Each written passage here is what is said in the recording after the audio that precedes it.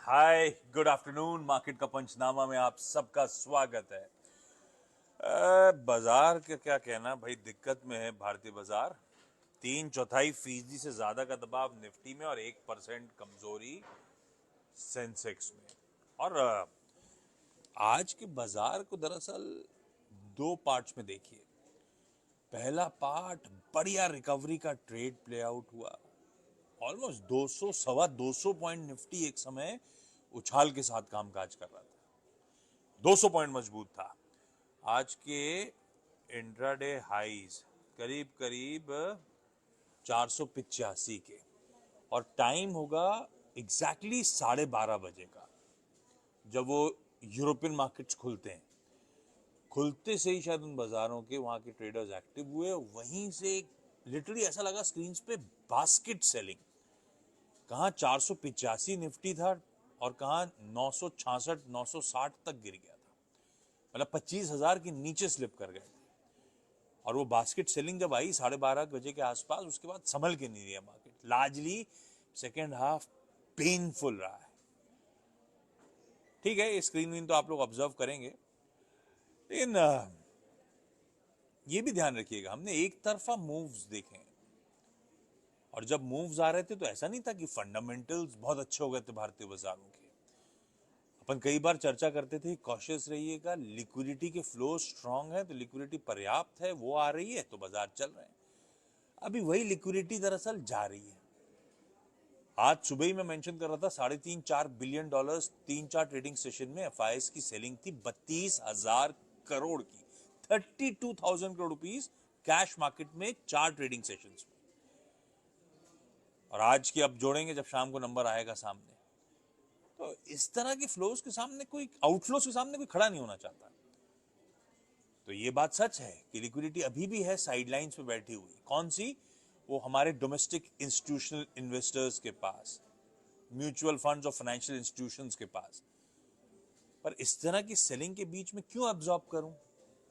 एक बार corrective phase निकलेगा, एक बार सेलिंग थमेगी, तब वो पैसा चैनलाइज होगा। तो फंड मैनेजर भी आज पैसा डालेगा किसी एक्स में, एचडीएफसी बैंक में, कल 2-3% नीचे होगा तो क्या फायदा? तो शायद वो लिक्विडिटी साइडलाइंस में है। एक बार ये ऑनस्लॉट जो है एफआईएस का, ये रिड्यूस होता है, तब शायद वो मीनिंगफुली चैनलाइज हो रही होगी। मीनिंगफुली तब संभल रहा होगा। पैसा है, लिक्विडिटी थोड़ी सी इस समय खिंच गई एफआईएस की, और सीरियस सेलिंग है वो, इसीलिए दबाव में। और सीरियस सेलिंग के पीछे आपको रीजन, ऐसे ही जनरली मुनाफा वसूली का वर्ड यूज कर लीजिए, लेकिन ज्यादा बेहतर होगा कि वो टैक्टिकल आउटफ्लोज। वो क्या होता है? शॉर्ट टर्म में कहीं और ज्यादा अच्छे रिटर्न्स की गुंजाइश, तो जो हॉट मनी होता है वो चैनलाइज हो जाता है। और इस समय वो गुंजाइश बन रही किसी हैंगसेंग में, और खुलने के बाद किसी शंघाई के मार्केट्स में। खुल बंद होने से पहले, छुट्टियों पे जाने से पहले वो 8% उस दिन उछला हुआ था। लौट के आएंगे तो फिर तेजी कर रहे होंगे। तो टैक्टिकली वो फंड शायद आउटफ्लोज वहां जा रहे हैं, चैनलाइज हो रहे हैं। ये शायद एक्सप्लेन करता है इस तरह की सेलिंग। पर ठीक है, ये इन सब बातों में एक बात ध्यान रखिएगा, ये बेहतरीन मौके होंगे। कई सारे स्टॉक्स बेहतरीन लार्ज कैप्स, अपन ने लास्ट टाइम कमेंट्री में बोला था कि ये सिर्फ सेकंड हाफ जो बचा हुआ क्वार्टर बचा है इस साल का, वो लार्ज कैप्स के नाम है। आप कुछ बेहतर लार्ज कैप्स की तरफ फंड चैनलाइज करिए, आप अपने सिलेक्ट करिए। शायद 200 डे एवरेजेस के पास आ रहे हो, जो ज़्यादातर इन्वेस्टर्स मानते हैं फंडामेंटली स्ट्रांग कंपनीज उन एवरेजेस के पास आ रही हैं, तो शायद एंट्री पाने के अच्छे मौके हो सकते हैं लॉन्ग टर्म के लिहाज से। उनको आप अपने रडार पे रख सकते हैं। पर हाँ, इन्वेस्टेड रहना है कहीं ना कहीं। पैसा है, कैश है, लिक्विडिटी है, लकीली मुनाफा बांध रखा था। तो शायद अब समय आएगा जब अच्छी पेडिग्री के, अच्छी क्वालिटी के लार्ज कैप स्टॉक्स लंबी अवधि के लिए उठाने का। हर जगह सेल लगती है, अपन लोग भीड़ लगाते हैं। शेयर मार्केट में जब करेक्टिव फेज आते हैं अपन सब डर जाते हैं। तो ये अच्छे मौके हैं दरअसल एंट्री पाने का। अपना माइंडसेट, अपनी साइकी को अपन को उधर ले जाना है बस। ये सेल लग रही है, और सेल अच्छी होती है कंज्यूमर के लिए, कस्टमर के लिए, अपने लिए। इस शेयर बाजार में जो सेल लगी है, तीनों प्लेटफॉर्म्स पे हूं मैं। एक्स भी खोल लिया है मैंने, यानी कि ट्विटर, जो आप लोगों ने सवाल भेजे हुए हैं। हम्म, ये आ गया यूट्यूब भी और साथ साथ फेसबुक भी। जहां रीच आउट करने का मन हो वहां से रीच आउट करिएगा। केवी कह रहे हैं ट्विटर पे, Ashish ji, can we hold REC PFC for long term?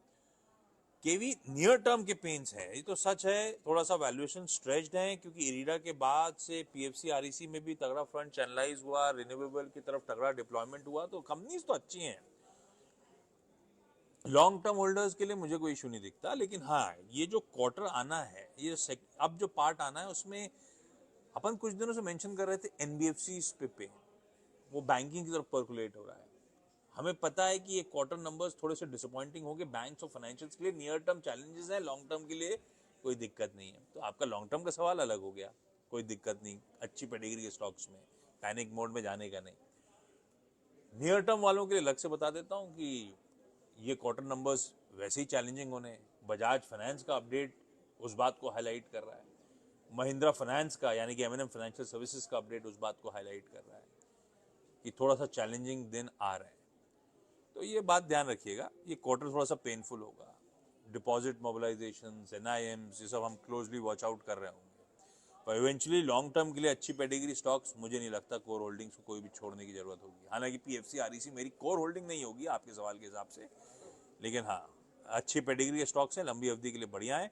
Technically week है। आज सुबह मानस पीएफसी आरईसी पे कॉल भी दे रहे थे शायद बिकवाली का नियर टर्म का, तो वो नियर टर्म पेन्स है एनबीएफसी में, खास तौर पे वो नियर टर्म पेन्स है। महिंद्रा एंड महिंद्रा, समझाता हूं स्टोरी आपको, फाइनेंशियल एडवाइस ज्यादा बेहतर बताएगा।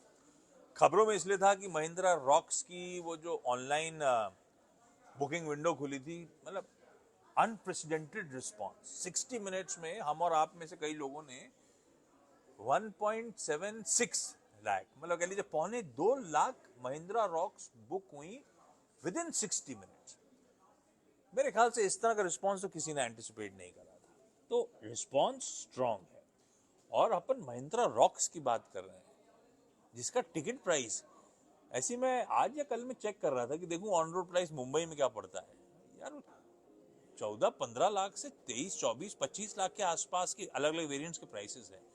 तो एक अच्छे खासे टिकट प्राइस वाली गाड़ी का देश भर में इस तरह का सॉलिड रिस्पॉन्स, वो रिस्पॉन्स तो हार्टी है।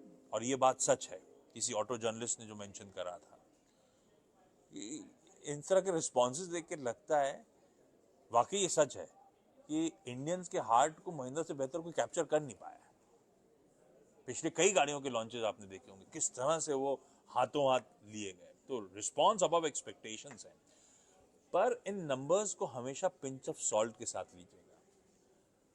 हीरो मोटोकॉर्प, बजाज ऑटो, वो ट्रंप का हार्ले डेविडसन का जेवीज आपको याद होंगे। हीरो मोटोकॉर्प में जब वो हार्ले का जेवी था, हाथों हाथ वो बुकिंग्स आई थी, कितने लोगों ने वो बुकिंग्स कैंसिल करी थी इवेंचुअली।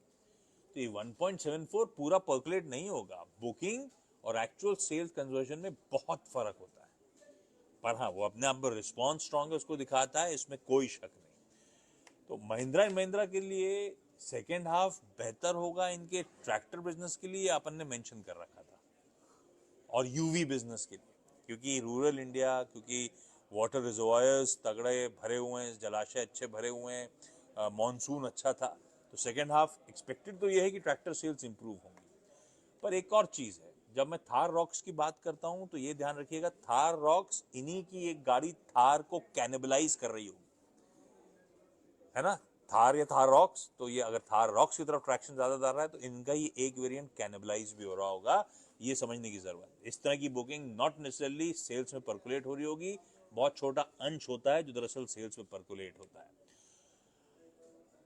लंबी अवधि के लिए ठीक है, पर इवन ब्रोकरेजेस और महिंद्रा महिंद्रा के साथ इशू ये हो गया है कि सबसे अच्छा आउट परफॉर्मिंग ओईएम यानी कि गाड़ी की कंपनी हो गई है इस साल, अब तक सबसे तगड़े रिटर्न्स दिए, और वैल्यूएशन भी सबसे फिर ओईएम्स में रिच हो गए, 30-34 टाइम्स के आसपास ट्रेड कर रहा है। इसीलिए सब कुछ अच्छा होने के बावजूद ब्रोकरेजेस के लंबी अवधि के टारगेट्स क्या आ रहे हैं, 3300-3400 के आसपास। जिनके पास है उनके लिए होल्ड है, आप करेक्टिव फेज में आएगा और बेहतर भाव मिलेंगे तब एंट्री की सोचेंगे। जिनके पास है, अगर आपके पास था सर, है सर, तो होल्ड करके चलिए। उसमें मुझे कोई दिक्कत नहीं दिखती महिंद्रा के बिजनेस को लेकर।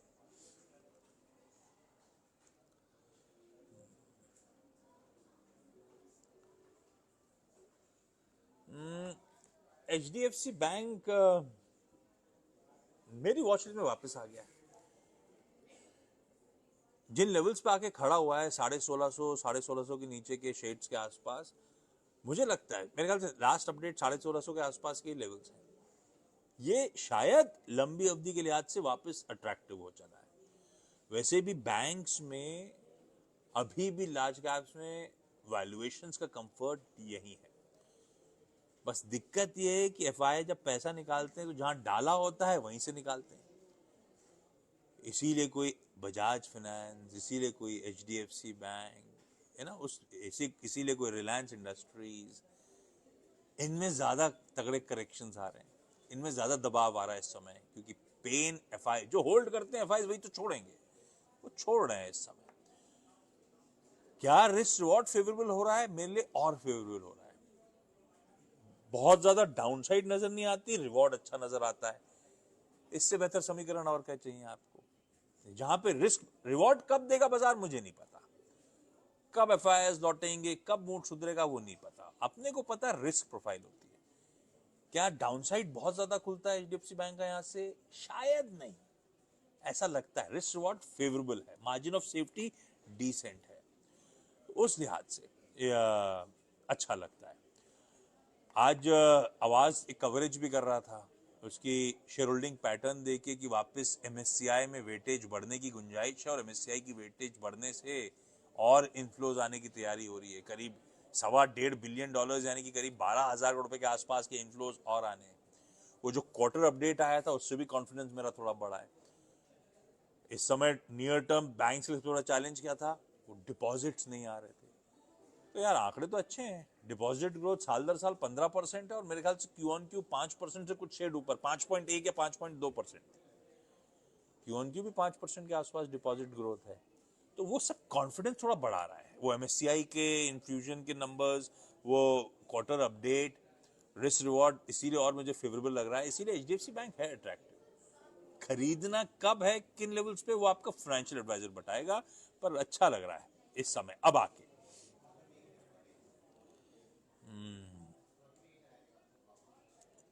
आमतौर पे अब यस बैंक पे मुझे पता है रिटेल फ्रेंजी में जो अच्छे रिटेल के लिए जो स्टॉक्स है उसमें यस बैंक का नाम आता है। पर यस बैंक के साथ एक बात समझिएगा आप लोग सब, जो भाव में दिखता है ऐसा नहीं कि बहुत सस्ता है, इस लोअर डबल डिजिट में ट्रेड करता है ये स्टॉक इसलिए अच्छा अट्रैक्टिव है। हम रिटेल की साइकी वो है। इसकी बुक वैल्यू बैठती है करीब 14-15 रुपए के आसपास। ये स्टॉक ट्रेड कर रहा है करीब 21 या 22 रुपए के आसपास। तो 1.4-1.5 टाइम्स प्राइस टू बुक पे ट्रेड कर रहा है। तो दरअसल कोई सस्ता नहीं है। मेरे ख्याल से वैल्यूएशंस फेयरली वैल्यूड हैं, जस्ट नजर आते हैं। तो ऐसा कोई वैल्यूएशन के फ्रंट पे बहुत कंफर्ट नहीं है, फेयरली वैल्यूड स्टॉक नजर आता है।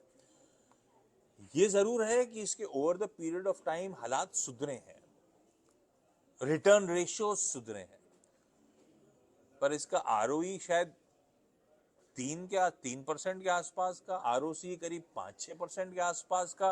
तो अपने पीयर्स से आज भी कमजोर रिटर्न रेशियोज वाला ही स्टॉक है ये। अपने पेन से उभर रहा होगा, पर अपने पीयर्स के बराबर नहीं पहुंचा है आज भी। वैल्यूएशन इसलिए मैंने कहा जस्ट नजर आते हैं मुझे। 1.5 times price to book, 1.4 price to book is good enough. तो जिनके पास है वो होल्ड हो सकता है। सिर्फ इसकी एंट्री पॉइंट दे रहा है, मुझे नहीं लगता कोई एंट्री पॉइंट यस बैंक आपको दे रहा है। यस बैंक में इनहेरेंट ट्रिगर है जिसका कोई हिसाब किताब है नहीं। इवेंचुअली कोई ना कोई हो सकता है। SBI ने घुसा था तो SBI निकलना चाहता है, SBI ने कह रखा है वो नहीं रहना चाहता। वो 3 साल की मियाद जो RBI ने रखी थी उसके लिए वो भी पूरी हो चुकी है, पर अभी तक कोई अपडेट तो है नहीं। अटकलें लगती रहती हैं, ये इच्छुक है वो इच्छुक है, अटकलों में मैं नहीं घुस सकता। आए दिन अटकलें आती हैं, ये नहीं है आज ये इसका नाम आ रहा है, ये खरीदना चाहते हैं, यस बैंक में बेच चुके हैं, हो सकता है बैंकिंग लाइसेंस, बैंकिंग है तो अच्छी पेडिग्री, एक समय गजब का था, अब पेन से उभर भी रहा है, बैलेंस शीट रिपेयर हो गई है काफ़ी हद तक, तो चीज़ें तो ठीक हुई हैं, लेकिन सिर्फ उस एंटिसिपेशन पे कब से इंतज़ार कर रहे हैं ना। तो यस बैंक रख सकते हैं बैंकिंग एज एन एक्सपोजर के तौर पे, इससे बेहतर पेडिग्री के बैंक्स हैं, और वो ट्रिगर के लिए प्ले आउट करने के लिए वो तो फिर आपका एक पंट है, ट्रिगर कब प्ले आउट होगा, कैसे प्ले आउट होगा, कोई स्ट्रेटेजिक इन्वेस्टर आएगा, कोई फाइनेंशियल इन्वेस्टर आएगा, मुझे किसी को नहीं पता कुछ।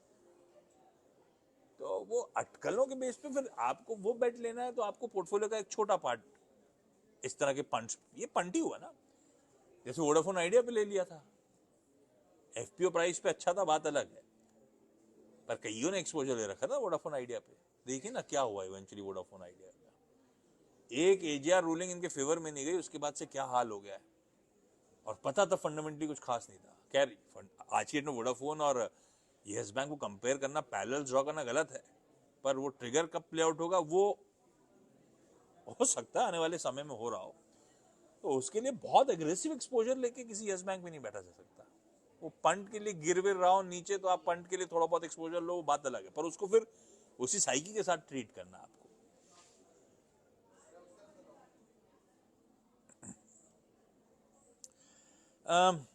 एवेन्यू सुपरमार्ट सर, आज वो क्वार्टर अपडेट, आज मतलब कल आया था क्वार्टर अपडेट, दबाव के पीछे रीजंस वैलिड है। एवेन्यू सुपरमार्ट की सेल्स बढ़ी, रेवेन्यूज बढ़े, स्टैंडअलोन बेसिस पे 14%, प्रीवियस रन रेट से कम है, और इवन ब्रोकरेज एक्सपेक्टेशन से कम थे, जो एक्सपेक्टेशन शायद हायर टीन्स पे थी, 19% के आसपास थी। और एवेन्यू सुपरमार्ट के सामने एक लेजिटिमेट चैलेंज है, जब आप क्विक कॉमर्स की बात करते हो कि उसमें बहुत अच्छा पिकअप आ रहा है, क्विक कॉमर्स बहुत तूल पकड़ रहा है, तो क्विक कॉमर्स किसको चैलेंज कर रहा है, किससे धंधा छीन रहा है, इसी से तो छीन रहा है, इसी तरह के बिजनेस से छीन रहा है।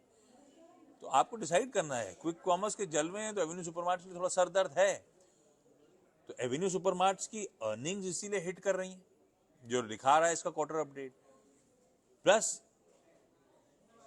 ये कंपनी केपेक्स कर रही है, इस क्वार्टर में 6 और स्टोर्स जोड़े थे, केपेक्स कर रही है, अर्निंग्स पे हिट आएगा, तो वैल्यूएशंस तो रिस्क पे है ही है, और वैल्यूएशंस तो बहुत स्ट्रेच्ड, ये हमेशा प्रीमियम पे आता है, 100 टाइम्स के ऊपर आज भी ट्रेड करता है, तो एवेन्यू सुपरमार्ट इसलिए थोड़ा सा डाइसी हो जाता है। तो अभी गिरावट में फ्रेश एंट्री से बचना बेहतर होगा। अच्छा, एक लास्ट सवाल आज के लिए,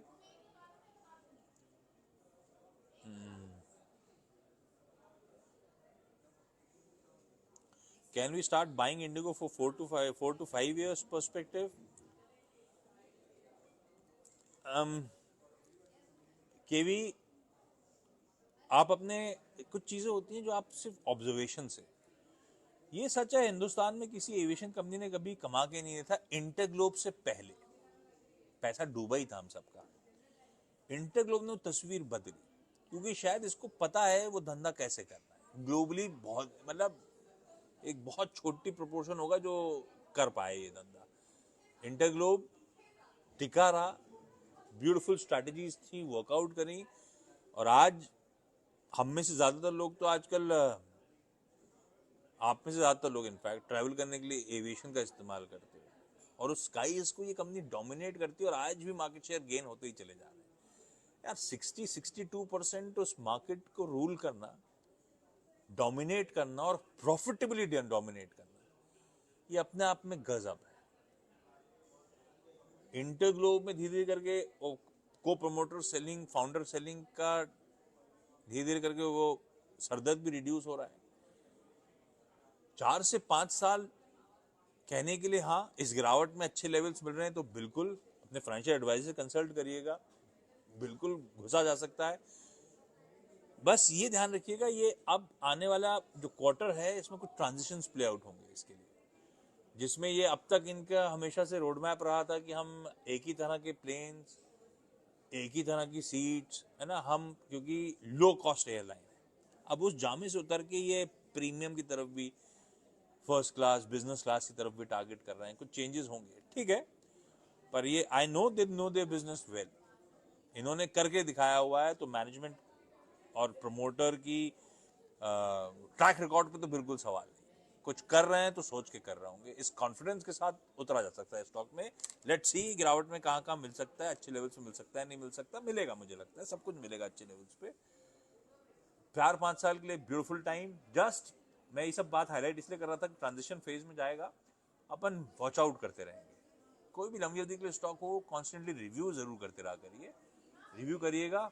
अभी भी आउट परफॉर्मेंस का स्कोप इंटरग्लोब में नजर आता है। जाते जाते एक इन्फोसिस, खैर अभी क्या है कि रिजल्ट सीजन का आगाज होने जा रहा है। ये नहीं है कि, ऐसा नहीं कि आईटी ने आउट परफॉर्म नहीं करा है, आईटी ने पिछले क्वार्टर से इस क्वार्टर के बीच, अब तक के बीच में काफी गजब का आउट परफॉर्मेंस ऑलरेडी डिलीवर करा है।